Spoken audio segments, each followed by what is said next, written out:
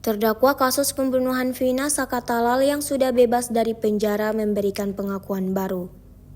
Saka merupakan salah satu terdakwa yang usianya masih di bawah umur ketika ditangkap pada 2016 lalu. Saka divonis 8 tahun namun ia menjalani tahanan hanya 4 tahun kurang karena mendapat remisi. Sementara 7 terdakwa lainnya divonis penjara seumur hidup. Usai bebas, ada beberapa pengakuan Saka yang mengejutkan. Salah satunya ia merasa sebagai korban salah tangkap.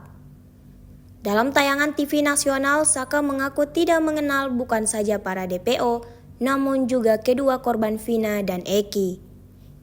Di malam kejadian, ia mengungkapkan jika sedang berada di rumah pamannya, bersama dengan kakak juga temannya.